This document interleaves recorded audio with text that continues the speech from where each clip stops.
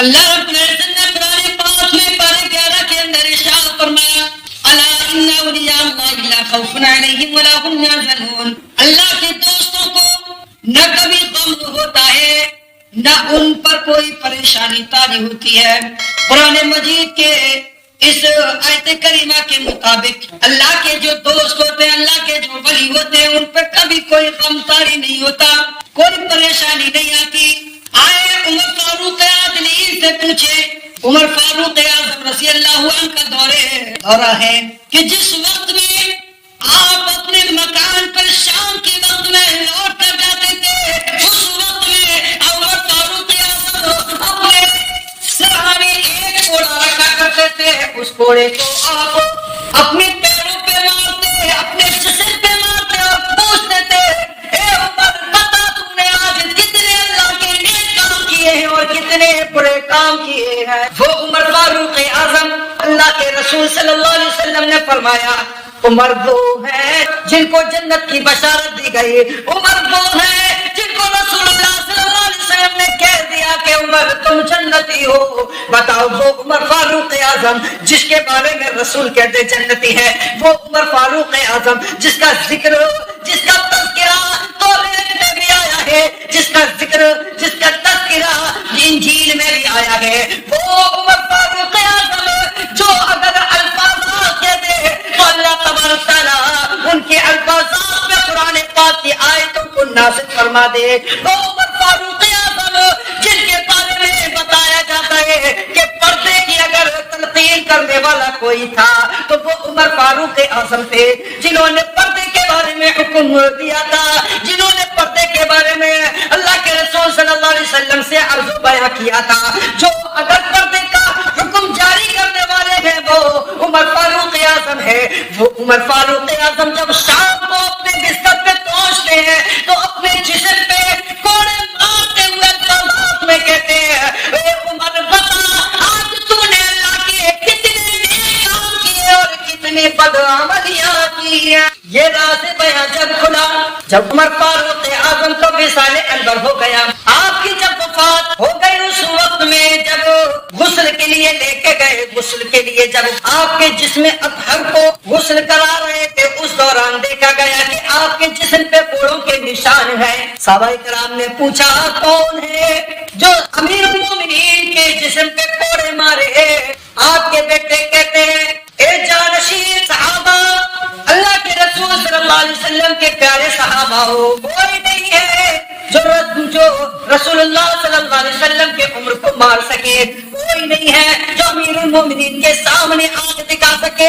اگر کسی کی مجال یہ نہیں ہے کہ وہ عمر فاروق اعظم کے سامنے آنکھ دکھا سکے تو بھلا کوئی ایسا کیسے ہو سکتا ہے کہ وہ آپ کو کوڑے مار سکے؟ وہ کوئی اور نہیں ہے، عمر فاروق اعظم خود آپ کے بیٹے کہتے ہیں کہ آپ شام کو آتے ہیں اور آ کر آپ کوڑا نکالتے اور اپنے جسم پہ مارتے اور کہتے اے عمر تو بتا آج تو نے کتنے نیک کام کیے۔ اور آج ہم جیسے گناہگار شخص اپنا آپ کو جنتی ہونے کا دعویٰ، حق ہونے کا دعویٰ کرتے ہیں، اپنا آپ کو کہتے ہیں ہم حق پر ہیں، ہم ایمان والے، ایمان پر مضبوط ہیں۔ وہ لوگوں کو عمر فاروق اعظم سے جو دیوار کے پیچھے کھڑے ہو کر آپ رویا کرتے تھے اور کہتے تھے اے میرے پروردگار کیا اس جیسے عمر کی بھی بخشش ہوئے گی؟ وہ عمر فاروق اعظم تھے جن کے بارے میں رسول اللہ نے کہہ دیا عمر جنتی ہے۔ وہ میرے دوستوں، میرے عزیز ساتھیوں، صحابہ کرام کی بڑی قربانیاں ہیں جو ہم تک ایمان کی دولت نصیب ہوئی، وہ اللہ کے ولیوں میں سے تھے، وہ اللہ کے دوستوں میں سے تھے۔ وہ حضرت خواجہ غریب نواز کوئی عام غریب نواز نہیں ہے۔ غریب نواز کا اگر معاملہ پوچھا جائے یہ تو عمر فاروق اعظم بڑی شان و عظمت والی شان ہے۔ غریب نواز کے بارے میں پوچھے، غریب نواز وہ ہیں جو رسول اللہ صلی اللہ علیہ وسلم کی نسل مبارکہ سے ایک بیٹے ہیں۔ غریب نواز نے پورے 40 سال کا ایسا گزارا جس میں آپ نے عشاء کے وضو سے فجر کی نماز ادا کری، عشاء کے وضو سے فجر کی کی نماز ادا کری. بتاؤ کتنے کتنے پرہیزگار اللہ کے ولی گزرے ہیں جنہوں نے اگر عشاء میں اگر وضو کر لیا عبادت کرنا شروع کر دی تو صبح فجر ہو گئی لیکن عبادت ختم نہیں. جب وہ اللہ کی بارگاہ میں اپنے ہاتھوں کو اٹھاتے ہیں تو رب کی بارگاہ میں یہی کہتے ہوئے نظر آتے ہیں الہی ہمارے گناہوں کی معافی کرنا. اللہ تبارک تعالیٰ کی بارگاہ میں حضرت خواجہ غریب نواز اتنے پرہیزگار اتنے خوف زدہ اللہ سے اتنا خوف ماننے والے کہ بتایا جاتا ہے کہ آپ نے عشاء کے وضو سے فجر کی نماز کو ادا کیا. عمر فاروق اعظم جب نماز کے لیے کھڑے ہو جاتے تھے مصلی پہ کھڑے ہوتے تھے تو 3 صفوں تک آپ کے دل کی دھڑکن چالو رہتی تھی. 3 صفوں تک ان کی دل کی آواز لوگ سنا کرتے. اس قدر آپ کا دل دھڑکتا تھا. آپ اتنا خوف کرتے تھے اللہ تبارک تعالیٰ سے نماز کے اندر کہ اس وقت میں جب کھڑے ہوتے تو صحابہ اکرام نے پوچھا عمر جس وقت تم نماز میں ہوتے ہو کہ آواز آپ کے جسم سے انتہا نکلتی ہے. عمر فاروق اعظم کہتے ہیں یہ دنیا والے کی بات نہیں ہے, یہ دنیا والے کی بات نہیں ہے, یہ کسی سرکار کی بات نہیں ہے, کسی بادشاہ کی بات نہیں ہے, یہ اس کی بات ہے جس نے کائنات کو پیدا کیا, یہ اس کی بات ہے جس نے جنت کو پیدا کیا, یہ اس کی بات ہے جس نے دوزخ کو پیدا کیا. اس کے سامنے کھڑے ہیں, جب اس کے سامنے کھڑے ہو تو خوف زدہ ہو کر کھڑے ہو. لیکن ہم جب نماز پڑھتے ہیں تو ہماری نمازوں کا حال الگ. نمازوں میں تو کھڑے ہوئے لیکن یہی نہیں معلوم ہمارا رکوع کہاں جا رہا ہے, یہی نہیں معلوم ہمارا سجدہ کہاں جا رہا ہے. لکھا ہے کہ مومن کے لیے نماز معراج ہے, اللہ سے بات کرنے کی جگہ اگر کوئی ہے مومن کے لیے وہ نماز ہے. لیکن آج مومن کہتا ہے کہ میں سب سے زیادہ پریشان ہوں, وہ مومن ہوں. آج ہم اپنا آپ کو ایمان والا کہنے کے لیے یوں تو کہہ دیتے ہیں ہم ایمان والے ہیں, کیا ہمارے اندر ایمان کی کوئی تربیت موجود ہے؟ کیا ہم میں کوئی ایسی چیز موجود ہے کہ جو ہمیں ایمان تک پہنچا سکے, اللہ سے ملا سکے؟ او میرے دوستوں, میرے عزیز ساتھیوں, میرا کہنے کا مقصد ہے کہ جب نمازوں کو پڑھو تو اللہ کی بارگاہ میں ایسے کھڑے ہو جاؤ کہ اللہ ہمیں دیکھ رہا ہے. پہلے خیال یوں کرو کہ علی شیر خدا سے پوچھا گیا اے علی ذرا یہ بتاؤ جب تم نماز میں ہوتے ہو تو کیا قسم ہو, کیا نسل ہو, کیا طریقہ ہوتا ہے؟ علی کہتے ہیں جس وقت میں نماز میں ہوتا ہوں تو میرا دل خیال یہ ہوتا ہے کہ میں اللہ کو دیکھ لوں. میری دلی تمنا ہوتی ہے کہ میں اللہ کو دیکھ لوں, اور جب اللہ نظر نہیں آتا ہے تو میں خوف زدہ کے اندر نماز پڑھتا ہوں کہ میں اللہ کو نہیں دیکھ پایا تو اللہ تو مجھے دیکھ ہی رہا. لیکن حالات اب ہمارے پوچھے جائیں, نماز میں کھڑے ہوئے آستین اوپر چڑھی ہوئی ہے, نماز میں کھڑے ہوئے سینے کے بند کھلے ہوئے ہیں, نماز میں کھڑے ہوئے سینہ چوڑا کرے کھڑے ہوئے ہیں. اور میرے دوستو, میرے عزیز ساتھیوں, ذرا سوچو آج اگر کسی حکمراں کے پاس میں جائیں, آج دنیا کے افسر کے سامنے جاتے ہیں, دنیا کے کسی دفتر کے اندر جاتے ہیں, کسی بھی آپ آفس کے اندر داخل ہوتے ہیں تو پہلا قدم آپ کا یہ ہوتا ہے آپ آستین کو صحیح کر لیتے ہیں, اپنے کالر کو صحیح کر لیتے ہیں, اپنے کپڑوں کو صحیح کر لیتے ہیں. خیالات یہ ہوتے ہیں کہ آج دنیا کا کوئی افسر جو بھی آپ کے سامنے افسر بیٹھا ہوا ہے وہ کہیں ہمیں ڈانٹ نہ دے, کہیں ہم پر برس نہ جائے. اس خیالات سے ہم ان کپڑوں کو صحیح کر لیتے ہیں, اپنے طور طریقے کو صحیح کر لیتے ہیں, اپنے لہجے کو صحیح کر لیتے ہیں, اپنے بات کے طریقے کو صحیح کر لیتے ہیں. جب سامنے پہنچتے ہیں, جب بات چیت ہوتی ہے تو کم بولنے کی کوشش کرتے ہیں. لیکن مسجد اللہ کا گھر ہے, مسجد اللہ کا گھر ہے, اور یہ ہر مومن جانتا ہے کہ جب ہم مسجد میں آتے ہیں اور نماز پڑھتے ہیں تو اللہ کے سامنے ہیں اور اللہ ہمیں دیکھ رہا ہے. یہ نہیں ہے کہ نماز نہیں اللہ دیکھتا, اللہ رب العزت تو تمام دنیا کو دیکھنے والا ہے. تم جس حالت میں ہو اس حالت میں دیکھنے والا ہے. وہ تمہیں جہاں بھی چاہے تم جہاں جاؤ گے وہاں تمہیں دیکھ رہا ہے. کسی